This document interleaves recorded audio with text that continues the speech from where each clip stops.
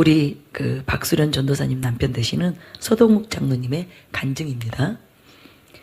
인천 중보 집회 3일째 날 있었던 일입니다. 아침부터 일찍 일어나 서두르면서 오늘 목사님께서 강하게 안수해 주실 것 같다는 기대가 있었습니다. 믿음도 크셔요. 여러분도 기대하십니까? 네. 기대하고 가셨다는 거예요. 그래서 아침 일찍 교회에 도착해서 저는 이분이 아침 일찍이라고 말할 때 그냥 뭐 좀 이른 아침 이렇게 생각했는데요. 이번에 우리 치유성에 연장성에까지 했잖아요. 근데 앞자리에 앉기 위해서요. 본당에 들어와 앞자리에 앉기 위해서 새벽 5시에 일어나서 아침 7시면 이미 교회 도착하셨답니다. 교회 주차장 안에 있었답니다. 그 셔터 올라가기 위해서 거기다 들이대고 계셨다는 거예요. 제가 깜짝 놀랐어요. 괜히 이분이 번개 맞은 게 아니었어요. 하나님이 그냥 이유 없이 까닭 없이 이분만 편애한 것이 아니었어요. 무슨 말인지 이해가 되셨죠? 여러분 어떻게 사모해야 되는지 이해가 되시죠? 내일 아침 7시에 나오셔야 됩니다. 아침 일찍 교회 도착해서 지하 2층 성전에서 기도로 준비하였습니다. 참 저는 이 부분이 감동적이에요. 기도로 준비하였습니다. 우리 되게 어떤 집회 장소에 일찍 가도 기도보다는 그냥 앞자리가 욕심나서 앞자리만 차지하면 그 다음부터는 그냥 뭐 배회하잖아요. 그리고 또 아는 사람 만나서 잡담하잖아요. 커피 마시고 그죠? 이곳저곳 구경하고 기웃거리잖아요. 근데 다르더라고요. 일찍 오는 것으로 그치는 것이 아니라 기도로 준비하였다는 것. 저는 목사님께서 말씀하셨던 갈망이라는 주제로 기도를 하고 주님이 집회 가운데 강력하게 임하시기를 원하며 기도했습니다. 기도를 마치고 이제 그 친한 집사님 또 아내 되는 전도사님과 함께 간단히 식사하고 그 1층 카페테리아에서 커피를 마시고 그 각자 받은 은혜를 또 나누셨다는 거예요. 그러니까 1시간도 헛되이 시간 보내는 것이 없으시더라고요. 근데 식사는 해야 되니까 식사하고 커피는 마셨지만 또 집회 기간 중 받은 은혜를 나누셨다는 거예요. 이것이 주님으로 임하시게 하는 거예요. 여러분 그 비결을 잘 배우시기 바랍니다.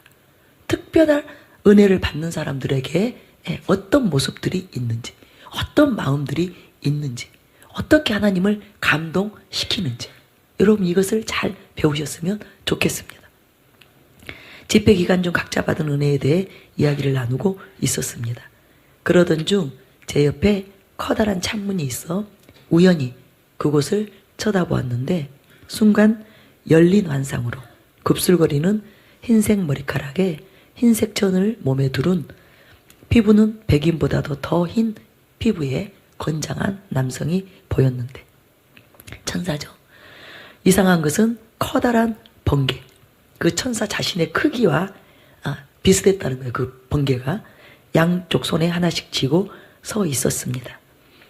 이 집회 위에 번개를 내리꽂기 위해 온 천사라는 것을 바로 알고 오늘 집회 중에 무슨 일이 있겠구나, 무슨 일이 일어나겠구나 하며 그 자리에 있던 그 아내와 그 집사님에게 나 지금 천사를 보았어. 그런데 양손에 번개가 있다. 오늘 번개 맞을 준비들 하라. 그렇게 말했다는 거예요. 그리고 본인이 다만 주님을 갈망하는 자가 이 번개에 맞을 것이라고 말했습니다.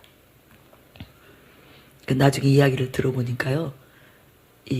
그 천사가 양손에 번개를 들고 계속 내리 꽂으려고 하는. 그러니까 한 번 꽂는 것이 아니라 계속 내리 꽂는 그런 모습들을 보았다는 거예요. 그래서 본인이 한 사람만 번개 맞는 것이 아니라 오늘 사모하는, 갈망하는 많은 사람들이 번개를 맞을 것이다. 그것을 본인이 직감을 했다는 거죠. 근데 실제로 그날 그 일이 있었습니다. 제가 나중에 말씀을 드릴게요. 낮 집회 때 치유가 다른 날보다 강력하게 일어나는 것을 보고 저녁 집회 때 사모함과 갈망으로 주님의 움직이심을 기대하며 목사님의 설교에서 기억자 하나도 놓치지 않으려고 눈을 부릅뜨고 목사님의 숨소리까지 놓치지 않았습니다. 말씀이 끝나고 목사님께서 안수해 주시는 가운데 주님, 저는 가짜입니다. 이 순간에도 전 가짜입니다. 주님, 주님의 은혜가 필요합니다. 주님, 저를 품으소서 하고 기도하는 중 주님의 음성이 들리는 음성보다도 더 확실하게 제 심령에 들려왔습니다. 네가 그걸 인정하는데 내가 가짜입니다. 이 순간에도 저는 가짜입니다. 진짜가 되지 못했습니다.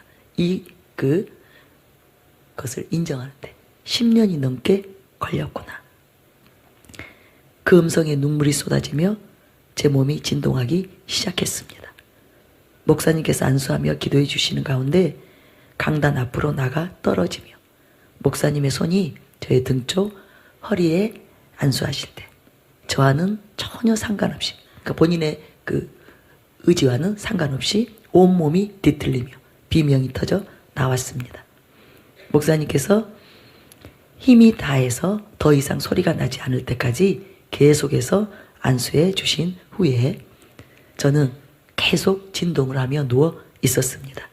자리를 좀 옮기려고 했지만 몸이 전혀 움직여지지 않았고 모두가 다 돌아간 후에 겨우 수습을 하고 일어났지만 계속해서 강력한 임재 안에 있었고 집에 돌아온 후에도 지금까지도 강력한 주님의 임재 가운데 있습니다. 그날 이후 저희 가정은 완전히 변화되었습니다. 얼마 전 수련 전도사가 기도하던 중 주님이 우리 집에 임하시겠다고 하신 약속의 말씀을 주님으로부터 듣고 이제 장로님한테 말했다는 거예요. 그런데 정말 그 말씀대로 주님이 우리 가정에 오셨습니다. 수련 전도사는 주님의 임재가 너무도 분명하고 확실하게 느껴지며 자다가 깨어서도 이곳이 천국이구나. 그러니까 주의 그 영광이 주님의 임재가 집안에 지금 가득한 거죠. 천국의 공기와 기쁨을 느낄 수가 있다고 합니다. 무엇보다 제가 완전히 주님 중심의 사람으로 바뀌었습니다. 그냥 어떤 부분이 조금 변화된 것이 아니라 주님께로 완전히 삶이 확 돌아서 버렸습니다. 또 하나 확실한 변화는 말씀이 물송이처럼 달게 느껴진다는 것입니다. 이게 진짜 은혜예요. 진짜 은혜는 말씀이신 하나님이잖아요. 말씀은 하나님이시잖아요. 그죠? 그래서 참된 진리의 말씀을 들을 때 그 말씀이 꿀보다 송이꿀보다 더 달게 느껴지는 것. 이것이 진짜 은혜예요. 진리. 예. 진리를 기뻐하는 자. 진리를 들을 때 너무너무 행복해하는. 이것이 진짜 은혜입니다. 그저 뭐 역사만 나타나고 뭐 능력이 임하고 무슨 기적이 일어나고 무슨 은사가 막 충만해질 때 기뻐하는 것이 아니라 말씀을 들을 때 참된 진리의 말씀을 들을 때 그 말씀이 꿀보다 송이꿀보다 더 달게 느껴지는 거. 그 사람은 말씀을 빨아들이잖아요. 흡수하잖아요. 그럼 그들의 심령에 진리가 그 말씀이 새겨지는 거예요. 그러면 그 말씀은 능력이거든요. 그죠? 여호와의 말씀은 살아있는 말씀이기 때문에 운행하잖아요. 그죠? 날선 좌우의 날이 선 예리한 검이잖아요. 그럼 그 사람은 변화될 수밖에 없습니다. 그죠?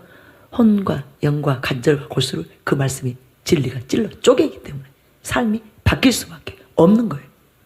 진짜는 이 사람이 제대로 은혜를 받았는지 아니면 그냥 소위 내가 말하는 겉불, 그저 속불이 타는 것이 아니라 겉불만 받은 사람인지는 말씀 들을 때 보면 바로 합니다. 여러분 담임 목사님도 늘 말씀하시잖아요. 저도 항상 그 사람이 진짜인지 아닌지 제대로 은혜를 받고 있는지 아닌지는 말씀 들을 때 다 보여요. 말씀 들을 때 벌써 그 태도 보면 그 얼굴 보면 그 말씀 들을 때 반응을 보면 금방 압니다. 근데 말씀이 그렇게 꿀송이처럼 달게 느껴진다는 거예요.